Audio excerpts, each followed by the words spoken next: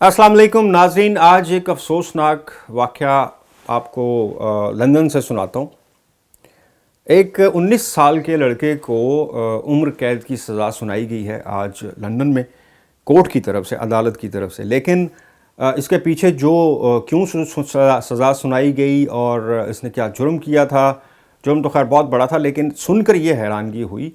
कि हमारी young generation जो इन मुल्कों में पड़ी है, यूके, अमेरिका, यूरोप,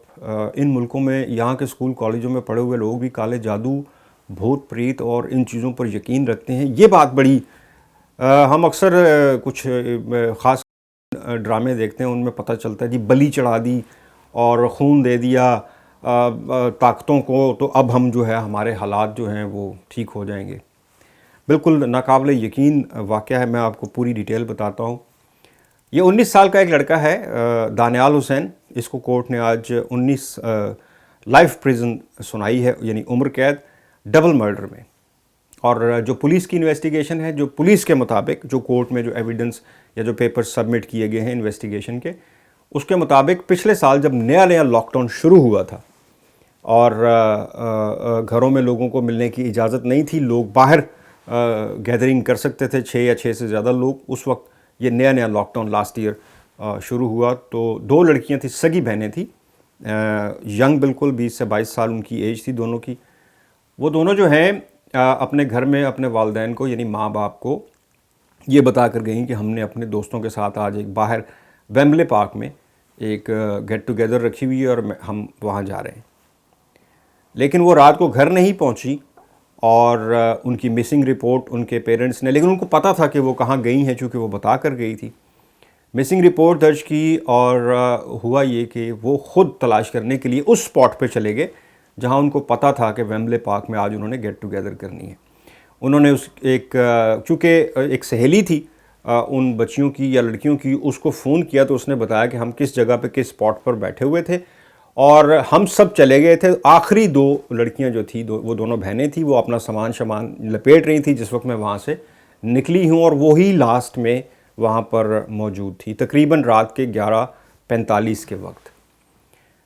उन लड़कियों की माँ, बाप और एक भाई है उनका, यानी टोटल 3 वो बहन भाई थे। वो भाई के समेत वहाँ पर चले गए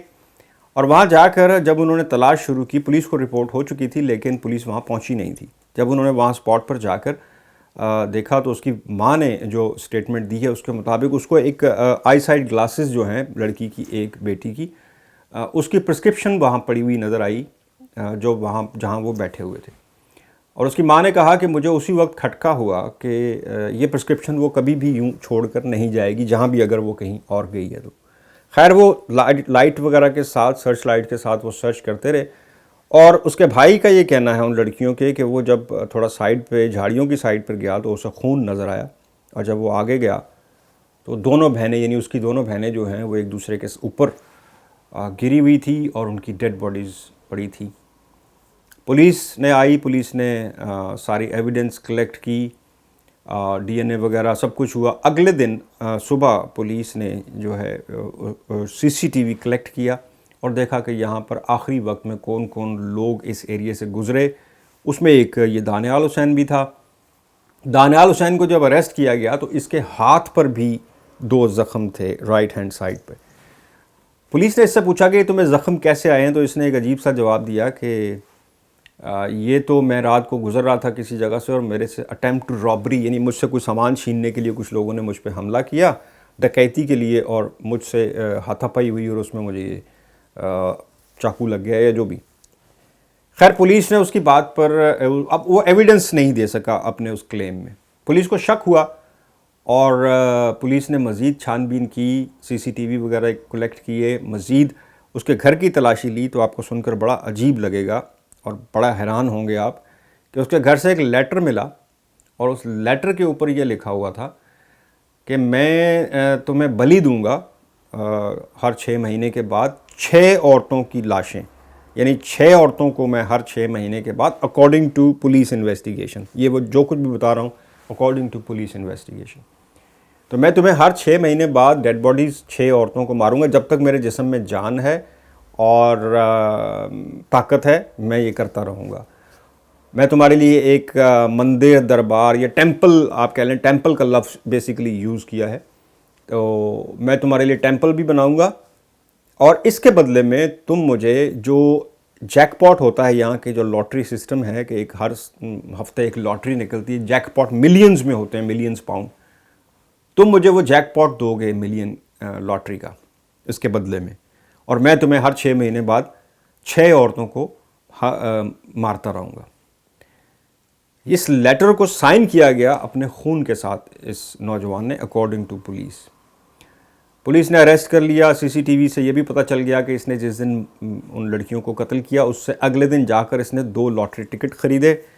اور جہاں سے اس نے خنجر یا چھری وغیرہ خریدی وہ بھی سی سی ٹی وی پولیس نے کلیکٹ کر لیا۔ سب سے بڑا جو ہاتھوں پہ نشان تھے زخم کے اور جو لڑکیوں کا خون تھا اس کے ساتھ ڈی این اے جو ہے وہ میچ کر گیا تھا۔ بہرحال 1 سال کی پولیس ہیئرنگ اور جوریز نے جو فیصلہ کیا ہے کل، اس کے مطابق اس کو اب لائف پریزن دے دی گئی ہے۔